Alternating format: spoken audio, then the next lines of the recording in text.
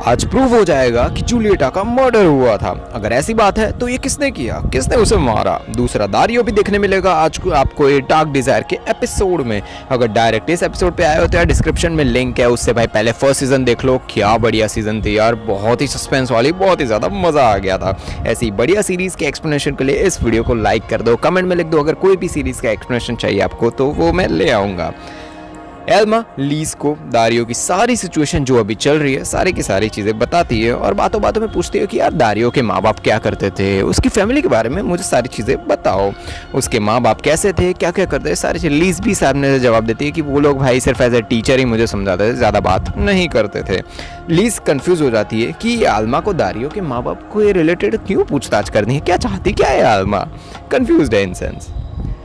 जोई फिर से उस लड़के से दारियो के बारे में जाके पूछते हैं कि दारियो का कोई कनेक्शन है मर्डर में और कुछ भी। वो लड़के का मतलब लड़का है ना, वो बहुत ही ज़्यादा परेशान हो जाता है और वो फाइनली बताता है कि जो मतलब मर्डर हुआ है ना जूलिएटा का, उसकी बॉडीज़ में कुछ ऐसे फ्रैक्चर्स हैं जो अलग दिखते हैं। मतलब वैसे फ्रैक्चर्स नहीं हैं जो आमतौर पर ये कोई कूद जाता है ऊपर से तो होते हैं। मतलब थोड़ी बहुत इन्फॉर्मेशन देता है वो जोई को। डॉक्टर्स बताते हैं कि जब कोई ऊपर से कूदता है, कोई ऊपर की बिल्डिंग या कहीं से कूदता है ना, तो उसको एक पर्टिकुलर तरह का फ्रैक्चर होता है बॉडी के अंदर।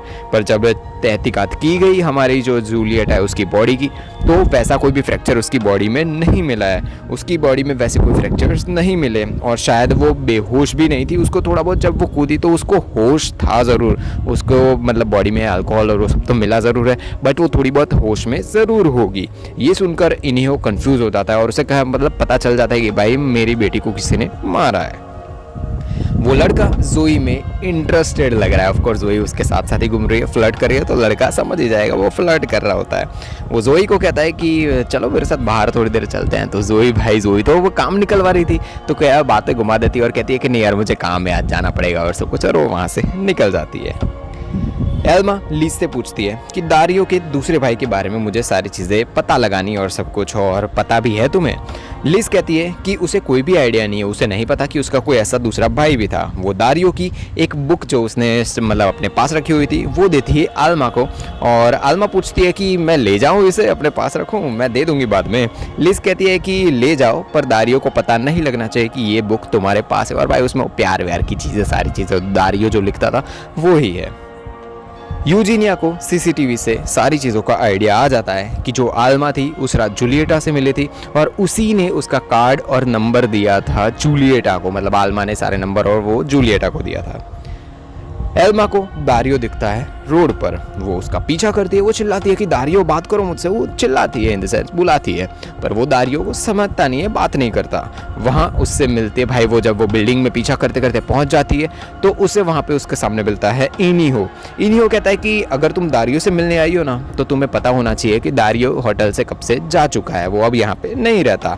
एल्मा बहाना मार देती है कि मुझे लगा दारियो यहाँ पे रहता है इसलिए मैं पूछताछ करने आई हूँ, और भाई शायद इनिहो को शक हो गया है तो आल्मा वहाँ से निकल जाती है। यूजीनिया आ जाती है एस्तेबन से मिलने और पूछती है कि उस दिन तुम होटल में क्यों गए थे, वहाँ पे तुम्हारा मतलब दारियो से क्यों मिले थे, वो सवाल पूछती है। एल्मा घर पहुंचती है और जोई बताती है कि उसने भगा दिया दारियो को घर से। जोई बहुत ही ज़्यादा गुस्सा हो जाती है कि एक हवस की वजह से तुम ये सारे मतलब जो मर्डरर जिसने हमारी ज़िंदगी बर्बाद की उसको तुम घर पे ले आई, उसने हमारी ज़िंदगी बर्बाद कर दी और फिर हमारा यूज़ भी कर लिया और चला भी गया। तुम ऐसे आदमी को हमारे घर पे लेके आई थी। तभी वहाँ पे आ जाते हैं लियो और जो आल्मा की थेरेपिस्ट थी ना वो। एस्तेबन यूजीनिया को कहता है मतलब बताता है कि उसको इनविटेशन आया था तो इसलिए वो वहाँ पे उस होटल में पहुँच गया था। एस्तेबन अपनी बढ़िया सी इन्वेस्टिगेशन स्किल्स यूज़ करता है। वो कहता है कि जूलिएटा को मार के सबसे ज़्यादा फ़ायदा किसका हो सकता है। एस्तेबन के पास क्या रीज़न्स है जूलिएटा को मारने के, क्या वो रीज़न है बदला, क्या वो रीज़न है पैसा। पर एस्तेबन तो डायरेक्ट दारियो को मार सकता था, तो वो जूलिएटा को मार के बदला क्यों लेगा। और दूसरा, पैसों में मुझे इतना ज़्यादा इंटरेस्ट है नहीं। दूसरा आदमी है दारियो पागलों की तरह एल्मा को प्यार करता था। हो सकता है कि उसने आल्मा के साथ हवस ख़त्म करने के बाद, मतलब जो उसके साथ उस देर रात को था आल्मा के साथ मज़े करने के बाद उसे लगा कि उसको जूलिएटा को मार देना चाहिए क्योंकि उसको अब ज़िंदगी में नहीं रखना। ये दारियो भी हो सकता है। जूलिएटा और दारियो के बीच झगड़ा हो गया होगा उस दिन टेरेस पर और दारियो ने उसे ऊपर से फेंक दिया होगा। इसके बारे में मतलब जवाब इसके सामने में जवाब देती है यूजीनिया। वो कहती है कि एक और बात है और एक और इंसान हो सकता है जो जूलिएटा को मारे, उसके पास भी रीज़न है।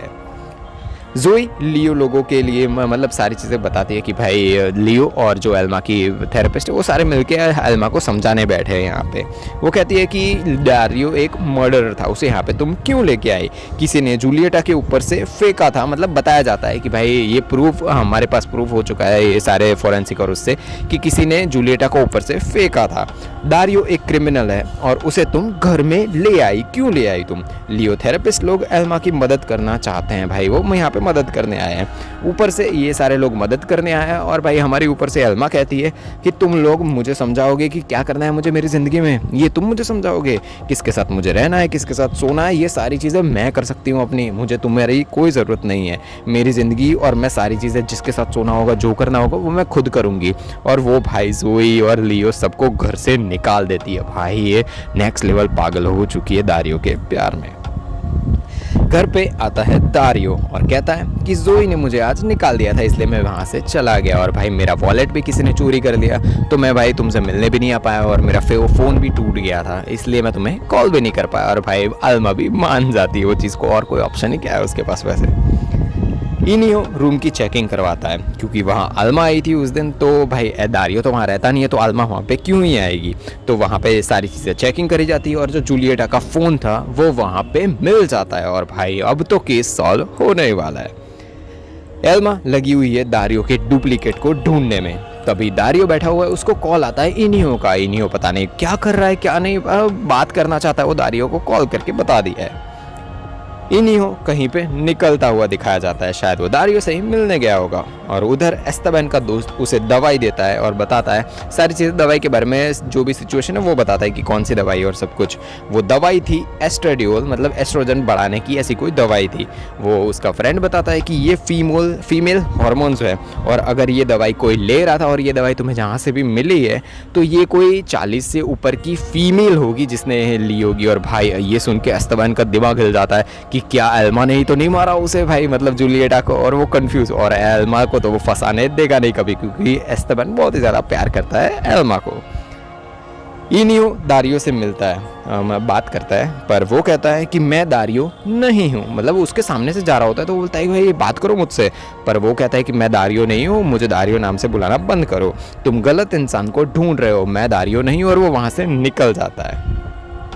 यूजीनिया केस सॉल्व करने में कंफ्यूज्ड है, उधर एस्तेबान भी केस सॉल्व करने में लगा हुआ है। एस्तेबान तो भाई सीधा ईश्वर से कहता है कि मुझे उसकी फिक्र हो रही है, उसकी जान नहीं चाहिए, मतलब उसे वो फंसनी नहीं चाहिए, यानी यार उसकी इन द सेंस वो ये बोलना चाह रहा है, मतलब भगवान से वो ये बोल रहा है कि एल्मा है ना, उसको सेफ रखो, उसे कुछ भी नहीं होना चाहिए। और ऐसे ही खत्म होता है एपिसोड 6। भाई दारियो का डुप्लीकेट आ चुका है, समझ रहे हो। और भाई क्या होता है सारी चीज़ें हमें आगे पता चलेगी आगे के एपिसोड्स में।